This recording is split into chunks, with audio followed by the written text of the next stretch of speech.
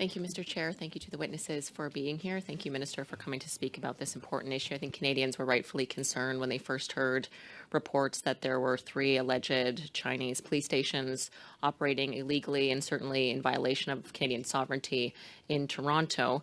So for the committee, can you provide any information of how many of these police, so-called police stations have been and are operating currently in Canada?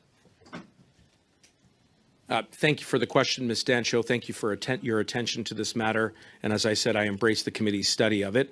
I would begin by pointing out that we are deeply concerned with regards to any allegations and reports of foreign interference. And as you have seen, there have been public reports of these so-called police stations.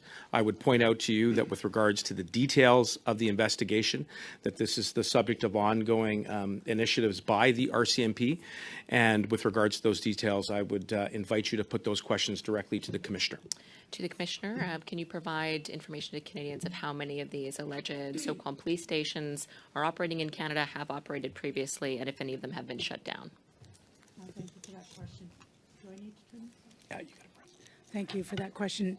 Currently, we're looking at 3 of the police stations in Toronto and 1 in Vancouver. Obviously, we're working with our police of jurisdiction as well as with other Government of Canada national security agencies.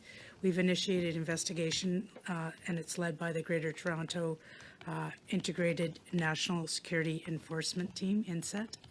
And so far the elements of our investigation have been very overt.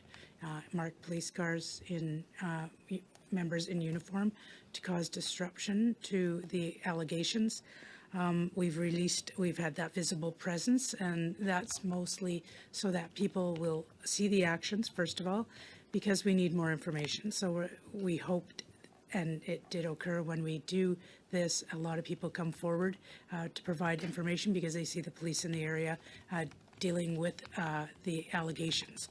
The investigation is ongoing, obviously, and can't get into the various details specifically, but we did put out a statement in I think October, November, saying that we were actually investigating reports of possible.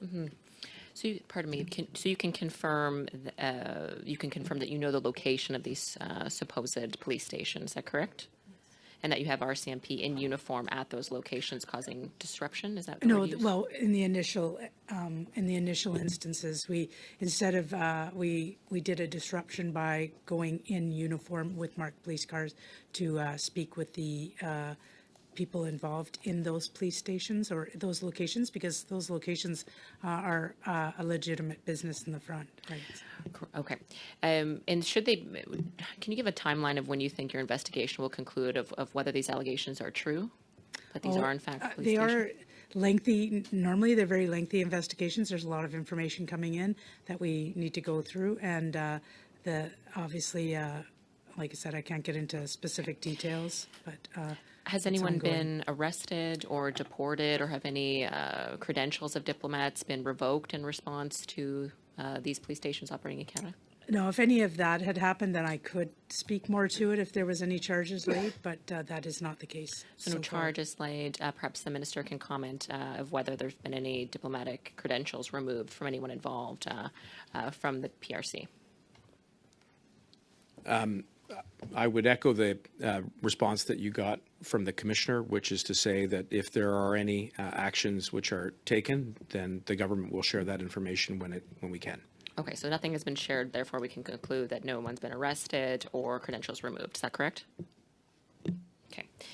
My understanding is the RCMP in the past legitimately has had cooperation with the Chinese police. Is that continuing? We did have 2 liaison officers in China.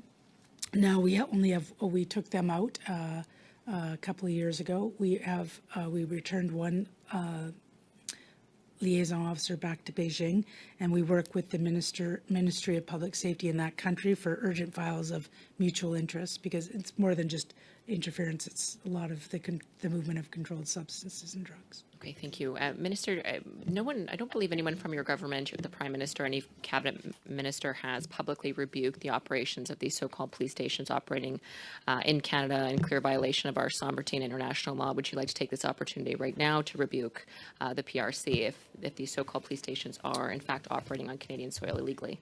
Well, I would underline, Ms. Dancho, that the government has always been vigilant and proactive when it comes to highlighting any conduct that runs afoul of Canadian laws and conventions around diplomatic conduct.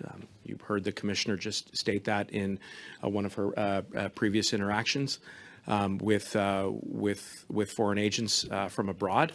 And we will never apologize, as I said during my remarks, for standing up for the Canadian national interest. Can you provide just with our Excuse last... me, Ms. Dancho, you are practically out of time for now. But All right, you will thank have you, Mr. more Chair. time